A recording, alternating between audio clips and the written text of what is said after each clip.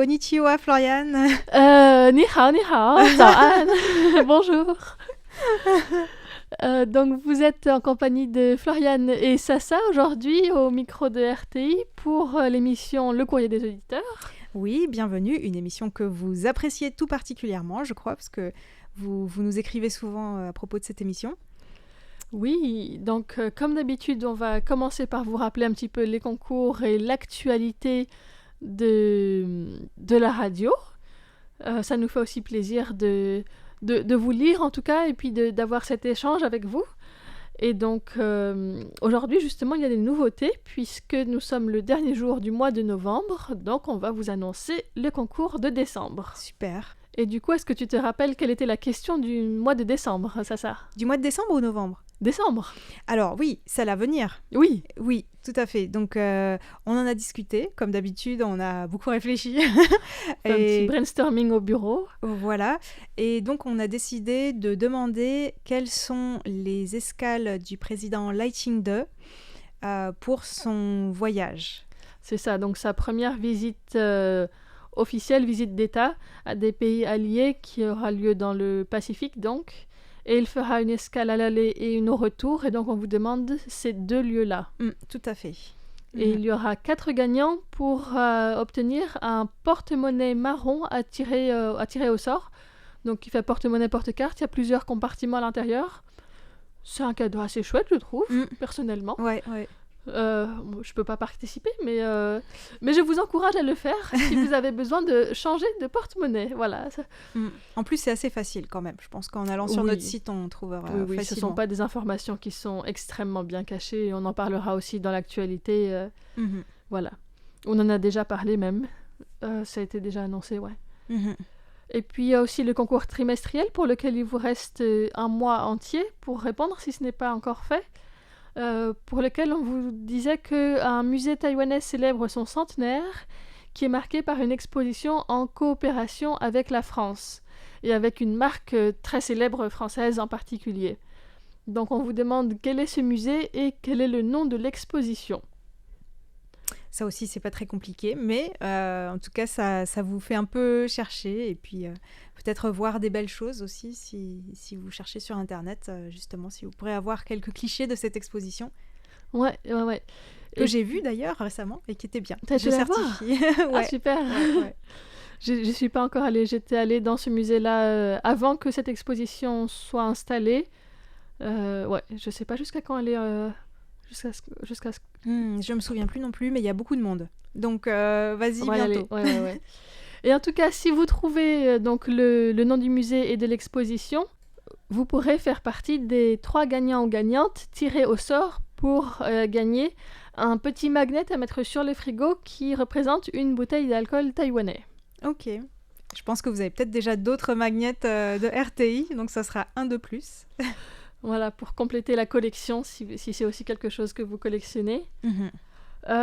Aujourd'hui, c'est aussi le dernier jour pour une activité du mois de novembre pour pour demander les autocollants de la radio. Donc, il faut envoyer un mail pour faire la demande précise avec un rapport d'écoute. Il y a 3 types d'autocollants. Donc, il y avait la photo des autocollants dans l'émission Courrier du début novembre. Donc, vous pourrez les retrouver si vous voulez choisir quel autocollant dans la limite des stocks disponibles.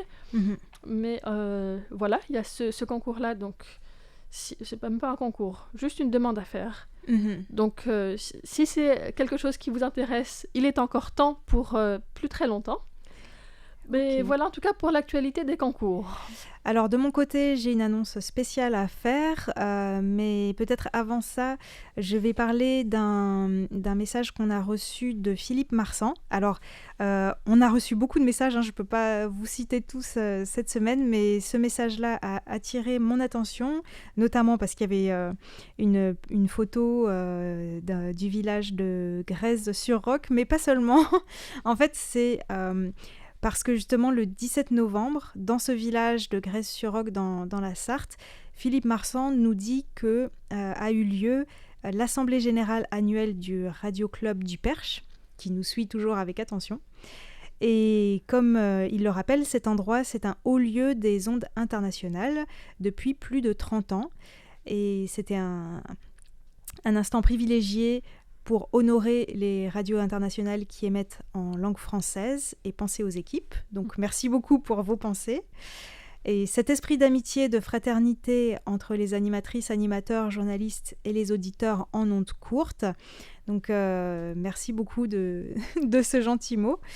Et donc il nous dit aussi, chers amis de RTI, merci pour ces émissions passionnantes et de qualité. Et il se rappelle également qu'en juin 2023... Clément... Voilà, Clément tout à fait. Tout à fait. Clément était allé sur place pour fêter les 40 ans du Radio Club du Perche. Et il y avait aussi eu un duplex filmé, en live, oui, en direct, ça, avec Meg et François-Xavier. Donc, qui était vraiment... c'était un événement assez exceptionnel.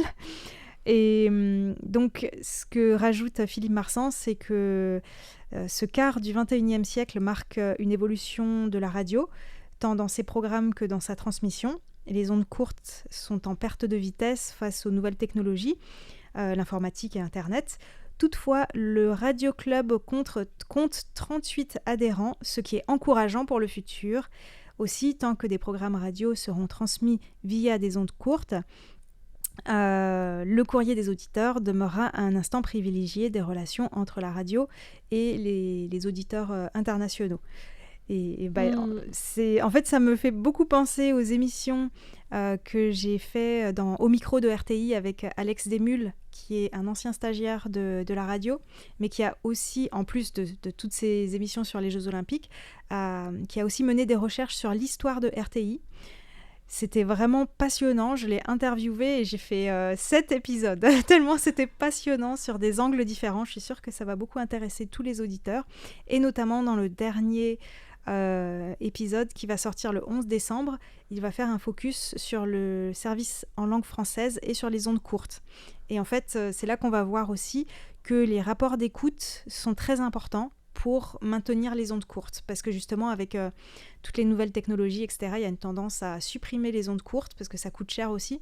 Donc, plus vous nous envoyez de rapports d'écoute, et notamment en ondes courtes, même si parfois la réception n'est pas très bonne, on est désolé, mais c'est les aléas. Donc, plus vous envoyez de rapports d'écoute, plus il y a de chances qu'on garde les ondes courtes. Donc ça, c'est super. C'est vraiment crucial, ouais. Donc merci beaucoup en tout cas pour tous les mails et tous les rapports d'écoute que vous nous envoyez régulièrement.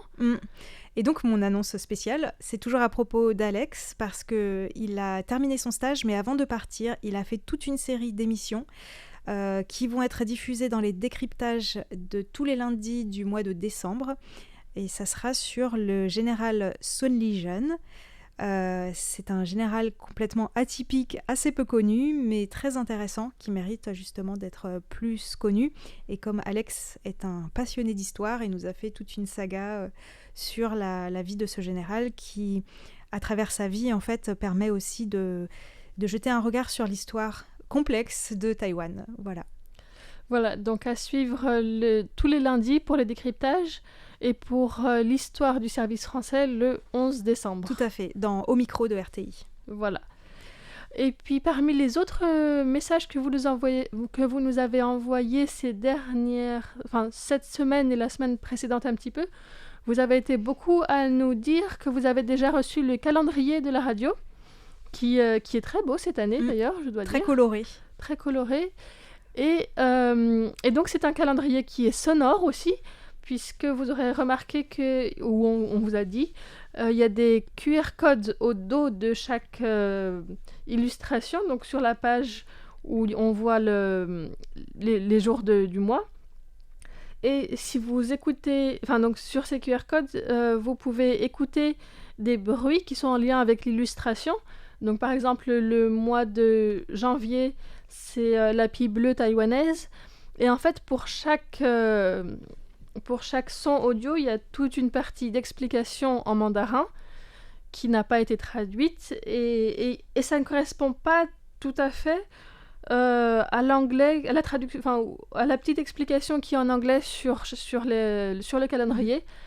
Et donc, je les ai écoutés et j'en ai tiré les informations principales. Alors, j'ai pas fait une traduction littéraire, mais je voulais vous partager un petit peu ce qui est dit dans ces petits audios, dans ces petits sons. Donc, il y a non seulement le chant de la pie pour le mois de janvier, mais donc on vous dit aussi qu'elle s'appelle la pie bleue de Taïwan. C'est une espèce endémique locale qui a donc les pattes et le bec rouge, la tête noire et le corps bleu. Donc c'est un oiseau qui est très, très visible, qui attire l'attention, et ce depuis longtemps parce qu'elle était déjà présente dans la littérature taïwanaise et notamment la poésie. Donc elle représente une image assez positive en fait. Bah, d'ailleurs c'est vraiment une pie magnifique, hein. Quand elle vole, on voit toute sa queue zébrée en fait. Enfin, elle est vraiment magnifique. Et ce qui est intéressant avec cet oiseau, c'est que c'est pas un oiseau si rare que ça. On peut le voir assez facilement, même en bordure de Taipei, un peu près des montagnes. C'est pas un oiseau qui est très difficile à voir, où il faut absolument des jumelles. Ouais. Et en plus, il y en a toujours, elles sont toujours en groupe. Donc si vous en voyez une, vous en verrez plein. C'est ce qu'ils allaient dire justement, que c'est un oiseau qui vit en groupe, en altitude basse ou moyenne montagne, dans des forêts de feuillus et de conifères. Et en taïwanais, il est aussi surnommé l'oiseau des montagnes à longue queue. D'accord.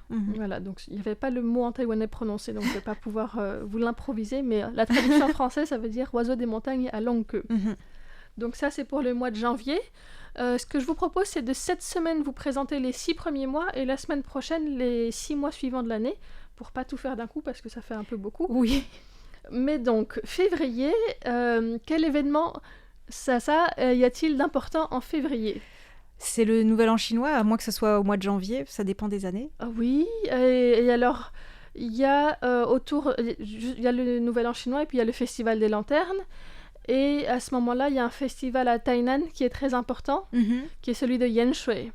Et donc, c'est celui-là qui est illustré sur la page de février, et donc qui explique qu'après 20 ans à lutter contre la peste, les habitants de la région de Yanshui avaient organisé une grande fête pour demander aux dieux en fait, de faire partir les maladies.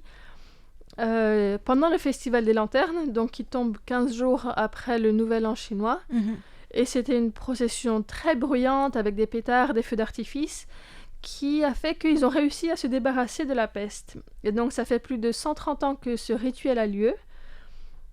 Cette année, donc, il aura lieu le 14e jour du calendrier lunaire. Il commence le 14e jour du calendrier lunaire, c'est-à-dire le 21 février 2025. À 8h du matin, et ça continue jusqu'au lendemain dans l'après-midi. C'est le fameux festival où il y a plein de pétards, où les gens vont en portant un casque de moto, c'est ça ? C'est exactement ça. Oh là là, c'est l'endroit où je n'irai jamais. c'est d'ailleurs dessiné sur l'illustration, on voit qu'il y a... ça pète un peu dans tous les sens, il y a beaucoup de feu, et les gens qui portent des palanquins ou des dieux sont bien couverts avec des écharpes et des casques de moto. Donc c'est aussi... très, très typique, mais il faut effectivement être à l'aise dans la foule et dans le bruit, et avec le skipette, c'est ça. Dans une toute autre ambiance, en mars, c'est le chemin de fer de Alishan qui est mis à l'honneur, donc une ligne de chemin de fer qui a été inaugurée en 1889 et qui fait 71 km de long. C'est une ligne vraiment montagneuse puisqu'elle part de la ville de Jiayi, donc à 30 mètres d'altitude, et elle arrive à 2216 mètres d'altitude à Alishan. Et pour ce faire, elle traverse 16 tunnels et 77 ponts. Donc prendre ce train est vraiment très pittoresque puisque ça permet de voir tout l'étagement écologique de Taïwan, en fait depuis la plaine jusqu'à la montagne. Et puis c'est aussi une locomotive ancienne à vapeur qui mérite d'être vue aussi. Ouais. Ensuite, en avril, c'est le pèlerinage de Dajiamazu à Taichung qui est mis à l'honneur. Donc c'est aussi un pèlerinage avec énormément de monde qui a lieu au cours du bain de foule, 3e mois lunaire aussi. Donc qui part du temple Junlan à Dajia, un temple dédié à la déesse de la mer Matsu, avec un pèlerinage qui dure plusieurs jours en son honneur. Je crois que même à un moment, RTI avait fait un direct depuis là-bas il y a quelques années. C'était assez impressionnant. Et en fait, le jour exact de départ et le parcours précis sont connus seulement lors de la fête des lanternes. Avant, il durait 8 jours et 7 nuits. Et puis 2010, il était prolongé pour durer 9 jours et 8 nuits. Donc c'est plus de 300 km parcourus à pied un peu non-stop. Donc voilà, c'est aussi un grand événement à Taïwan. En mai, c'est la station de métro de Tam Shwe qui est mise à l'honneur, donc c'est le terminus. En écoutant sur le QR code, vous pouvez entendre la voix qu'il y a dans le métro en mandarin d'abord et puis un petit peu en taïwanais qui annonce que c'est le terminus. Donc pour reprendre un petit peu l'histoire du métro, la première ligne a été construite en 1996 et c'était celle de Muja. Ensuite, celle de Tam Shwe a été inaugurée l'année suivante, en 1997. Et en 1999, c'était la ligne bleue, la Ban Nan Shen, qui a été inaugurée. Et puis en 2009, la ligne Wonru, donc c'est la fusion de la ligne Muja jusqu'à Neihu. Maintenant, il y en a encore d'autres en plus. Mais voilà, la ligne Tam Shwe, en tout cas, passe aussi par des lieux iconiques et historiques, selon la présentation en chinois du mois de mai. Et elle a beaucoup changé le visage de la ville, parce qu'avant, Dan Shui, c'était un petit village de pêcheurs assez tranquille, avec des vieilles rues, etc. Et en fait, avec l'ouverture du train, puis du métro, il y a eu une spéculation immobilière assez incroyable. Et l'année dernière, j'avais fait un reportage, justement, lors du Festival des Lanternes à Dan Shui, où les gens essayaient de retrouver un petit peu l'ambiance d'antan dans les anciennes rues de la ville. C'est vrai que maintenant, c'est à la fois très touristique, c'est en tout cas le quartier près du port ou le long de la rue en arrivant par les lignes du métro. Et puis il y a aussi des bâtiments historiques, des temples, pas des temples, des châteaux, l'ancienne ambassade qui est passée dans les mains de plusieurs pays, donc je ne saurais pas trop dire laquelle. Mais il y a aussi des fortifications, des anciennes églises qui sont par là. Et maintenant, il y a tout un quartier assez luxueux qui s'est développé aussi. Et la ligne de métro a été prolongée dans la région de Beitao, justement, pour desservir mieux toute cette région-là. Donc, c'est un coin qui se développe aussi. Et puis, pour terminer les présentations du calendrier de la première moitié de l'année, en juin, vous allez entendre le son de Babou Babou. Est-ce que tu sais ce que c'est ? C'est les glaces ? C'est les glaces, exactement. Il n'y en a plus beaucoup. Hein. C'est de plus en plus rare, mais donc ce sont les glaces traditionnelles taïwanaises qui sont souvent au goût de lait, de haricots rouges ou bien de taro, vendues par des personnes qui se déplacent en vélo, tricycle ou bien moto, avec ce klaxon typique de babou babou. Et donc ce mot babou en est passé à désigner les glaces en fait. Ah ouais. Tellement c'est reconnaissable. Et vous en avez eu la preuve en live. J'en ai l'eau à la bouche. Eh bien, je ne sais pas si ça fait une bonne transition pour répondre aux questions que tu avais préparées. Oui, alors en tout cas sur Dan Shui, ça rejoint un petit peu la question du développement urbain immobilier. Je vais répondre à une question de Nagmushi Nouari qui nous écrit depuis l'Algérie. Et d'ailleurs, on le remercie pour les photos de la ville de Sétif qu'il nous a envoyées. Et donc, sa question portait sur, il souhaiterait connaître si les Taïwanais sont propriétaires de leur logement. Alors, c'est une question importante à Taïwan, parce qu'il y a un système de retraite à Taïwan, mais il ne permet pas forcément à tous d'avoir une retraite suffisante pour bien vivre sa vieillesse. Donc, beaucoup de personnes comptent encore sur un bien immobilier pour assurer leurs arrières, entre guillemets, pour leurs vieux jours. Et il est de plus en plus difficile pour les jeunes, depuis déjà assez longtemps, de devenir propriétaires. Alors, pour répondre à la question, selon les statistiques du ministère de l'Intérieur, il y a environ 6 millions de propriétaires à Taïwan, donc sur une population d'environ 23 millions. Mais le ratio entre le prix de l'immobilier et les revenus est assez élevé. C'est un ratio de 20. Alors, qu'est-ce que ça signifie ? Ça signifie que sans aucune dépense, même alimentaire, il faut environ 20 ans de salaire pour pouvoir acquérir un appartement en moyenne à Taïwan. Donc en réalité, c'est beaucoup plus parce qu'on a quand même besoin de manger tous les mois. Les dépenses quotidiennes prennent très rapidement les 2/3, presque, entre le tiers et les 2/3 du salaire. Après, ça dépend combien on gagne. Selon le salaire. Mais pour beaucoup de gens, je pense, à peu près. Donc, c'est beaucoup donné, beaucoup plus que Singapour, par exemple, où ce ratio est de 15, et le Japon, où ce ratio est un peu plus de 10. Donc, à Taïwan, il faut parfois s'endetter sur 30 ans, si on le peut, ou alors, si on ne peut pas, on ne peut pas devenir propriétaire. Du coup, ça crée des inégalités, parce qu'il y a ceux qui vont hériter d'un bien immobilier de leurs parents, sachant que ce n'est pas toujours aussi simple, parce que s'il y a des frères et sœurs, normalement, c'est divisé, ce qui peut créer des conflits. Et puis, il y a ceux qui ne vont pas hériter, donc qui ne vont pas forcément avoir ce bien immobilier quand ils seront vieux. Et le DPP, donc le parti qui est au pouvoir actuellement, avait ces dernières années essayé de prendre des mesures pour ce qu'ils appellent la justice générationnelle ou résidentielle, mais ils n'ont pas vraiment réussi à améliorer la situation, ce qui a aussi été utilisé du coup par le TPP, le parti du peuple taïwanais, et notamment Ko Wen-je pendant sa campagne présidentielle. C'était le problème de la justice, du manque de justice pour les jeunes, le fait qu'ils ne peuvent pas s'acheter un appartement, ça avait été quelque chose qu'il avait beaucoup mis en avant. Et puis peut-être pour terminer, je précise que les loyers aussi ont beaucoup augmenté ces dernières années, notamment en 2023. L'index des loyers était le plus haut depuis 27 ans à Taïwan. Et c'est dû notamment au fait que les taux d'intérêt ont augmenté et donc les propriétaires le répercutent sur les locataires. Mais quand même, les loyers, ça reste quand même encore abordable par rapport à l'achat, parce qu'à Taïwan, l'achat immobilier, c'est vraiment, comme vous l'avez compris, très très cher, et c'est notamment dû à la spéculation immobilière. Et en faisant des recherches, j'ai aussi découvert qu'environ 1% des propriétaires possèdent 10% des résidences. Donc il y a propriétaire et propriétaire, quoi. Il y a le propriétaire qui va pour loger, et puis le propriétaire qui loue, puis après il y a les propriétaires qui ont plein de logements et qui spéculent. Voilà, donc c'est pas facile, mais bon, ces dernières années, le gouvernement a essayé, et les gouvernements locaux aussi, ont essayé de développer les logements sociaux. Clément Tricot, d'ailleurs, en parle parfois dans La Ville en pratique, mais ça reste encore marginal.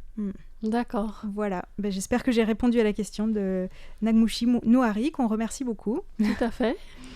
De ton côté, tu as une question à laquelle répondre ? Oui, alors je voulais répondre à Daniel Villon qui réagissait à un décryptage que j'avais présenté par rapport à une éventuelle loi concernant l'IVG qui proposait d'alourdir les peines, puisque c'est toujours dans le code pénal à Taïwan. Et elle disait que c'est assez inattendu dans un pays qui a légalisé le mariage entre personnes de même sexe.